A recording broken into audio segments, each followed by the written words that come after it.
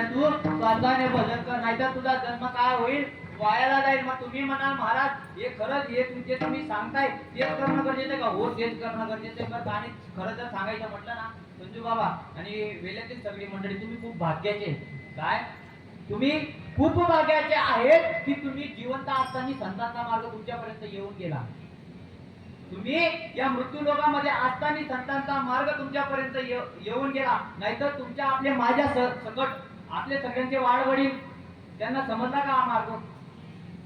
आणि जर त्यातले समजेल नाही वा त्यांना सुद्धा उदार नाही का? म्हणजे खरंच तुम्ही भाग्याचे आहात की पवित्र महात्म्याचा मार्ग तुमच्या जीवनामध्ये आला. मग तुम्ही म्हणाल तुम्हाला पवित्र मार्ग नाही, माम न काय नाही का? विष्णू बाबा माफी मागून एक गोष्ट बोलतो बाबाजी, बरं का? मी ज्ञानोबाला पाहिलं नाही, माऊलीला मी पाहिलं नाही, तुकोबारायांना मी पाहिलं नाही, नाथ बाबांना मी पाहिलं नाही, सोपान काकांना पाहिलं नाही, मुक्ताईला पाहिलं नाही, आधी करून कुठल्याच संताला मी पाहिलं नाही, माझ्या श्रीपाद बाबाला सुद्धा मी पाहिलं नाही. पण ज्ञानोबाराय, तुकोबाराय, नाथ बाबा, सोपान काका, मुक्ताई, शेवटी निडोबाराय. निडोबाराय जन्माला आल्यानंतर निडोबारायांचं महानिर्वाण ज्यावेळेस झालं, निडोबारायांचं महानिर्वाण झाल्यानंतर हा जो मार्ग होता, आम्ही रात्री विष्णू बाबांना मी म्हटलं बाबा तुम्ही पण बोलून गेले की बाबा तुम्हाला जे सांगताय ना ते हे गोष्ट तुम्ही कोणच ऐकू नका, फक्त या ज्ञानेश्वरीतली ओवी जोपर्यंत हे ओवी जोपर्यंत तुम्हाला समजेल तोपर्यंत वाचा. आणि जर ज्ञानेश्वरीतली ओवी तुम्हाला कळाली तर तुम्हाला ज्ञानोबारायांचं म्हणणं समजेल. आणि जर का तुम्हाला ज्ञानोबारायांचं म्हणणं समजलं तर आमने तुमने सांगानी गरज पडावं नाही. कारण ज्ञानोबारायांचं तेच म्हणणं आहे.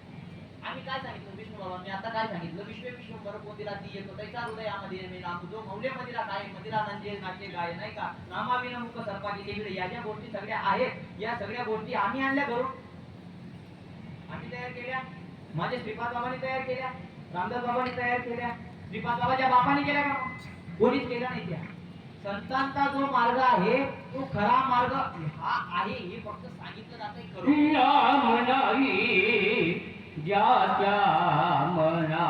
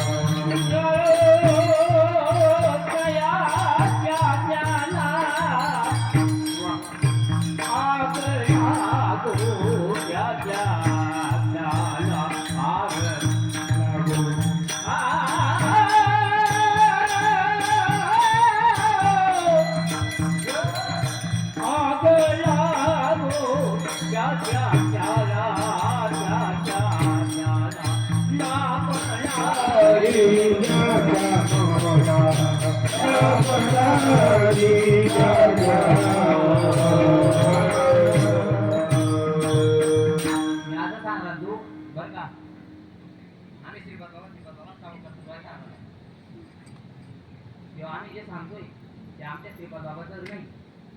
म्हणजे लोकांनी नाव ठेवून दिलं या संप्रदायाला आनंद संप्रदाय, घोटीना संप्रदाय. आता म्हणतात बाकी आता बोलगेला आला मग घुमाड्या संप्रदाय, घुमाड्या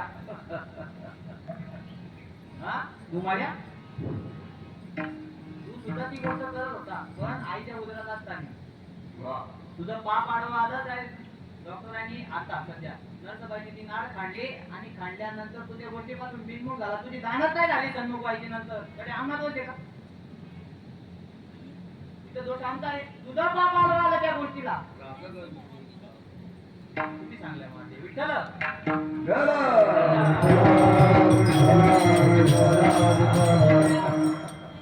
काय तुमचं पाप आडवा आलं असं म्हणत नाही, तुमचा उद्धार होणार नाही असं नाही, होईल. पण ज्या दिवशी पुण्य पडले आजी बहुत दिवसा पापाचा नाश होईल, पुण्य पडायला येईल आणि मग भाग्याचा उदय होईल. आणि मग तुम्ही बी म्हणजे आम्ही बी त्यात नाही जाऊ. त्या दिवसापर्यंत नाही मी आता म्हणतच नाही श्रीपादाबाचं ऐका.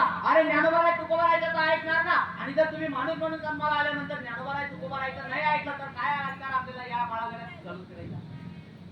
अधिकार तरी काय आहे आपल्याला? ज्ञानोबाराय तुकोबारायच्या संप्रदायाच्या त्या मालिकेचे म्हणायचा अधिकार आहे का? मग जर समजा आपल्याला आपल्या बापाने सांगितलं की अरे दीपक तुला हे काम करायचंय आणि जर मी माझ्या बापाचं सांगितलेलं ऐकत नसेल तर त्यानं नाव लावणं मला काय अधिकार आहे?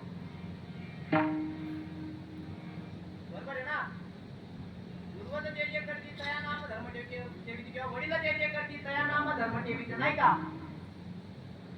मग जे ज्ञानोबाराय तुकोबाराय करून गेले ते तरी करा. आणि करत नका तर आळा नको घुसू बघतो. जो करतोय त्याला करू दे. मी विष्णू बाबांना सांगितलं बाबा तुमचं आमचं कदाचित विचार जमत नसतील ना तुम्ही बी एक काम करा. तुम्ही बी धर्म टिकाळा आम्ही बी धर्म टिकाळतच म्हणतो. तुम्ही जुना पद्धत ना आम्ही आता पद्धत काय बाबा विषय झाला ना. तुम्ही तुमच्या पद्धतीत कार्य करा. ज्या जो करतोय त्याला त्याच्या पद्धतीत करू द्या. एकमेका सहाय्य करू आऊ घे तुम्ही सुपंत वाहन मग द्या का मग कसा आनंद येते. तुम्ही जरा कोपरे कोपरे कोपरे कोपरे फिरत्या कोपरे कोपरे मग तो कोपरे कोपरे बी लावा नाही मग यांचा बी चोरा नकडा अरे इथून गाव मेळावा द्यावा आता तू गोय गोय फिरायचा तू काय रोज जरा नावाकडे म्हणतो तो आपल्यापेक्षा हुशार आहे वरला बरं का.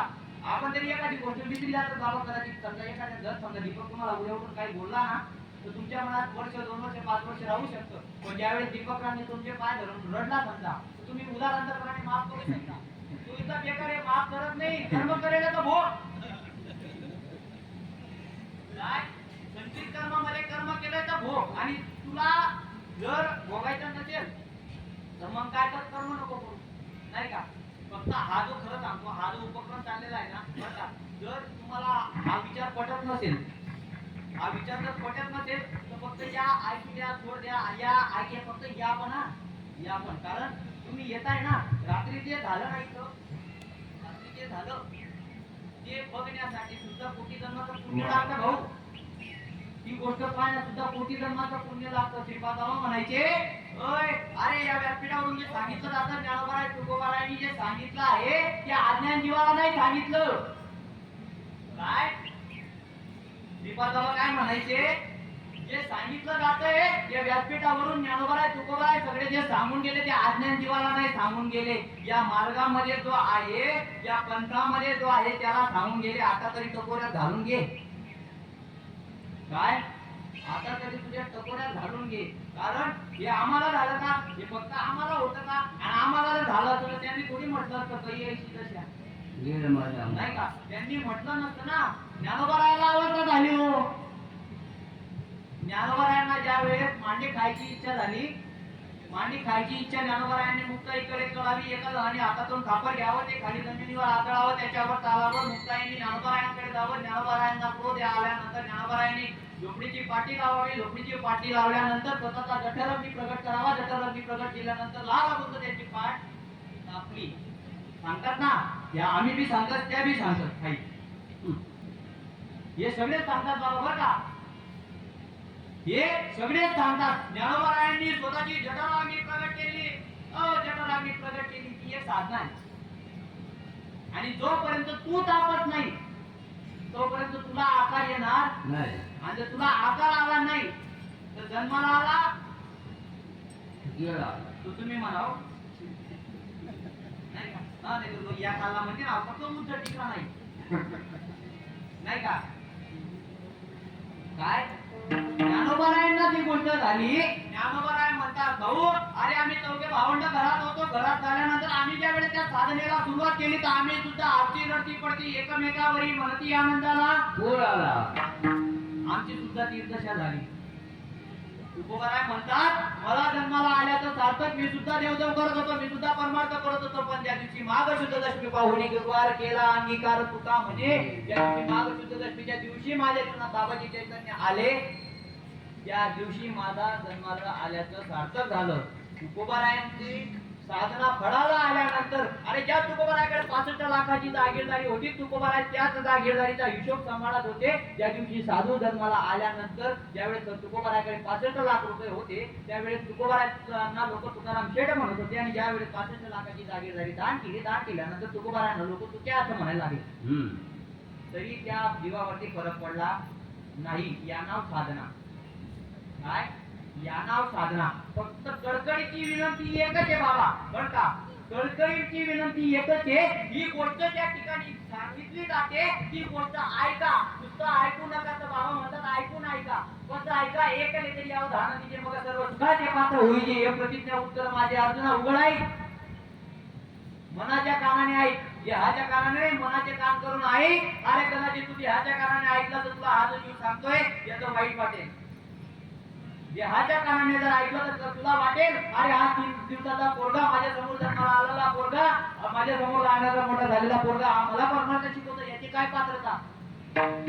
पण जर का तू मनाचे कान करून ऐकले तर तुझ्या मनामध्ये कदाचित आता एखाद्या वेळेस विचार येऊ शकतो, अरे हा जे सांगतो ते देखील शास्त्रातलं आहे. ज्ञानोबा जे सांगतात ते देखील शास्त्र आहे. तुकोबा जे सांगतात ते देखील शास्त्र आहे. तर मी शास्त्राचं का ऐकू नये? नाही का? शास्त्राचं का ऐकू नये असा विचार ज्या दिवशी तुमच्या मनामध्ये उत्पन्न झाला त्या दिवशी समजून घ्यायचं आपलं जन्माला आल्याचं आता सार्थक व्हायला लागलं. नाही का? आपलं जन्माचा आल्याचं आता कुठेतरी सार्थक व्हायला लागलं. आणि अजून सांगतो बरं का संजू भाऊ, खास करून तुम्हाला तुमच्या काही लोक म्हणजे शोकांतिका असते आपल्या मनामध्ये की भाऊ अरे काही लोकांनी तुझ्या संताचा मार्ग सांगतोय, त्या संताचा मार्ग तुझ्या जीवनात आला देखील, त्यांच्या जीवनात इतर लोकांच्या जीवनात आला देखील, त्यांनी स्वीकारला देखील, पण त्याच्या लेवलला टिकले. आता अजिबात येऊ देवा नाही. काय आता अजिबात येऊ द्यायचं नाही. बघा आंबा असतो ना, आंबा बाबा नेहमी सांगतात आम्हाला, आंबा असतो ना, आंब्याला मोहर येतो. म्हणजे दादा आंब्याला मोहर आला, मग मोहर आल्यानंतर विष्णू भाऊ त्याचे सगळ्यात कैऱ्या बनतात का? समजा बनी घ्या 50% कैऱ्या, पण मग बडा पिकतात का? सगळे पिकत नाही. बाकी